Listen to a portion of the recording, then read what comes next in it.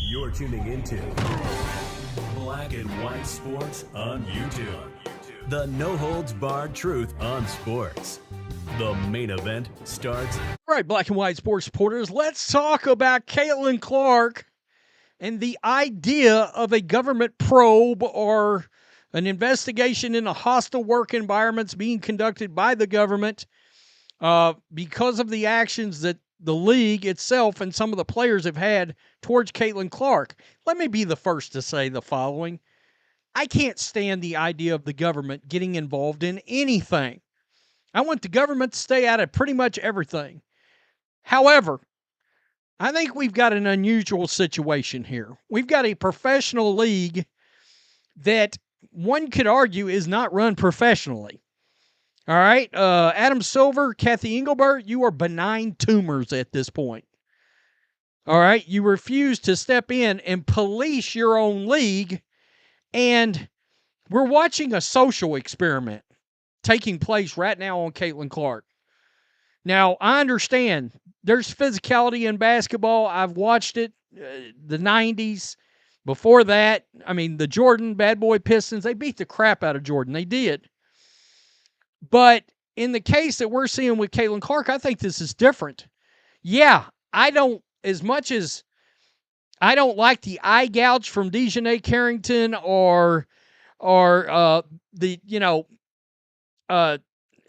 Clark goes to the rim, Angel Reese goes up to block it, and she ends up clotheslining Caitlin Clark. I don't like that either. But it's while the play of basketball is going on. All right, there's an obvious, at least you can argue, okay, Dejanay's trying to block the ball or get the ball, blah, blah, blah.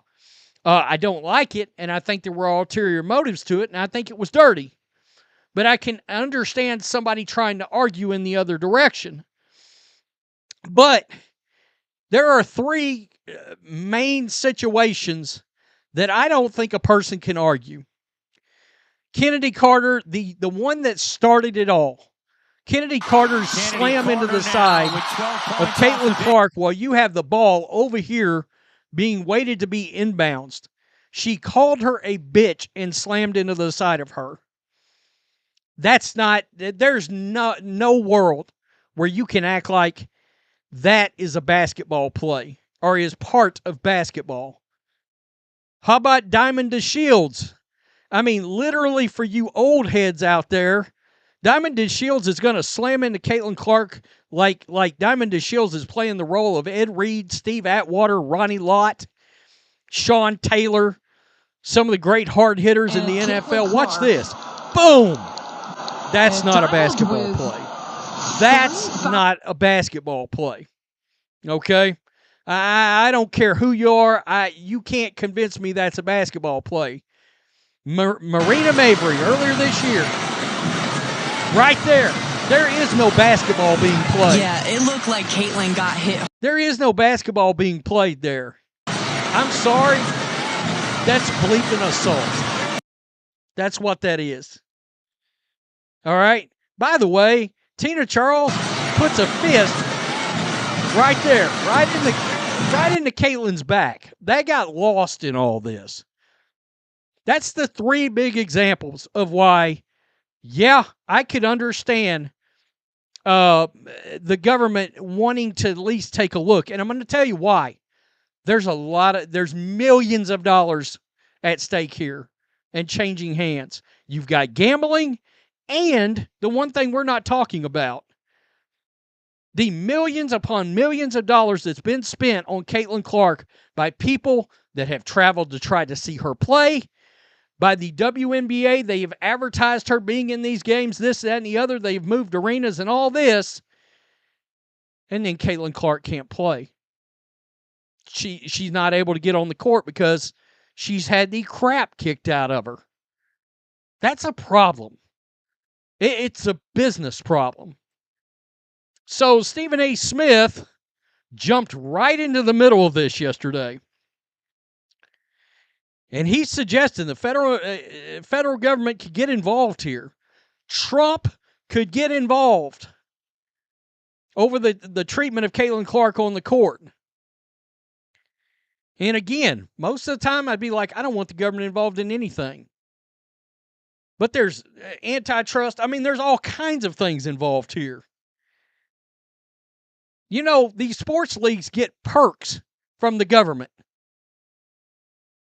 And of course, the Wall Street Journal opinion piece that came out about Caitlin Clark and her civil rights being violated, that is starting to really take fire. And Stephen A. Smith talked about it on his podcast yesterday. I mean, he signal boosted this thing, and it's going to get interesting because you got Jim Banks out there that talked about it last year. After the very first incident, he wanted the WNBA to look into what was going on. He's a senator in Indiana.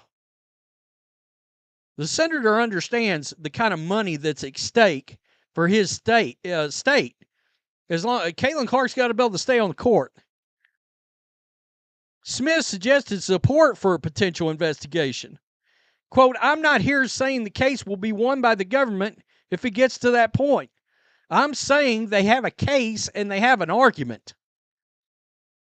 Smith said of the idea during an episode of his show on Tuesday. Smith also suggested President Donald Trump could use such an investigation to solidify support among his followers. Guaranteed. That's the correct answer. I would think by most anyway. I mean, again, I don't like the idea of a government getting involved in everything. But at some point, when it's clear that a league is not going to do anything, and the league is well aware, teams have literally had conversations about how they're going to treat Caitlin Clark. That's a thing. I mean, okay. Quote, do we doubt that at his discretion, at his disposal, if he finds this to be an issue that is political expedient to him, that Trump won't use this to feed his base, ? Smith said, if Caitlin Clark is seen to be getting physically abused on the basketball court in a way that is such a clear and flagrant discrepancy compared to what happens to others, that man is not going to say something, ? We know Trump ain't going to hold back. He's not. Quote, you think Caitlin Clark could become an issue of national and potentially international and definitely federal proportions? ? I would argue she's the most polarizing player in all of sports right now. I think we're there. Smith cited recent agreements by Columbia University and Harvard University with Trump's administration to settle alleged civil rights violations against Jewish students and employees as a comparison for a for a potential probe into the WNBA's treatment of Clark. If the Trump administration can settle with Columbia for $221 million over what's taking place on campus, you think you can definitively rule out what kind of noise could be made if the WNBA continues to allow this treatment of Caitlin Clark? ? Sophie Cunningham, by the way, made some comments about this too. And she talked about this right here, that when she was in Phoenix in the locker room, they talked about the treatment of Caitlin Clark and how they were going to, be tough on her. And now being on her team and seeing it, I'm like, what are people doing? Actually, it's just too much. It's too much. I'm over it. I think it's just too much. It's probably too much.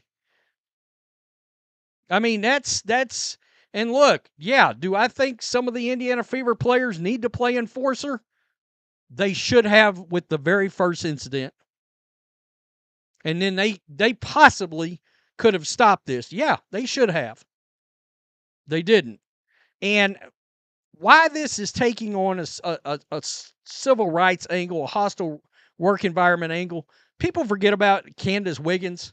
She got bullied out of the league because she was straight.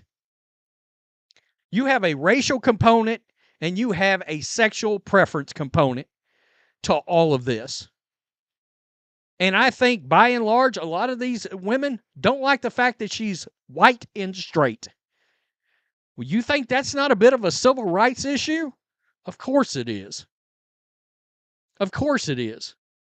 And that's why this is bigger. Again, I mean, Lord knows there's all kinds of incidents that's happened to her that I believe are premeditated brutality on her, but it's during the movement of basketball. But the 3 plays I just showed you, no. And I understand Diamond DeShields and Caitlin Clark were running down the court. Caitlin didn't have the ball in her hand. She got blindsided. And I think you believe at some point by now, because of the millions and millions of dollars that's moving around from fans and this and that and the other, well, the WNBA seems to not be capable or not willing to police itself. Why are they not willing to do that, you may ask? Because they're scared of the lesbians in the league. They're scared of the social implications in their own league. I guarantee you Trump doesn't give a rip about that. Everybody's just looking for a level playing field for this player. She's not getting one. Tell me what you think, guys. Peace. I'm out. Till next time. Thanks for watching the show. Be sure to like, comment, and subscribe. Be sure to tune in next time on Black and White Sports.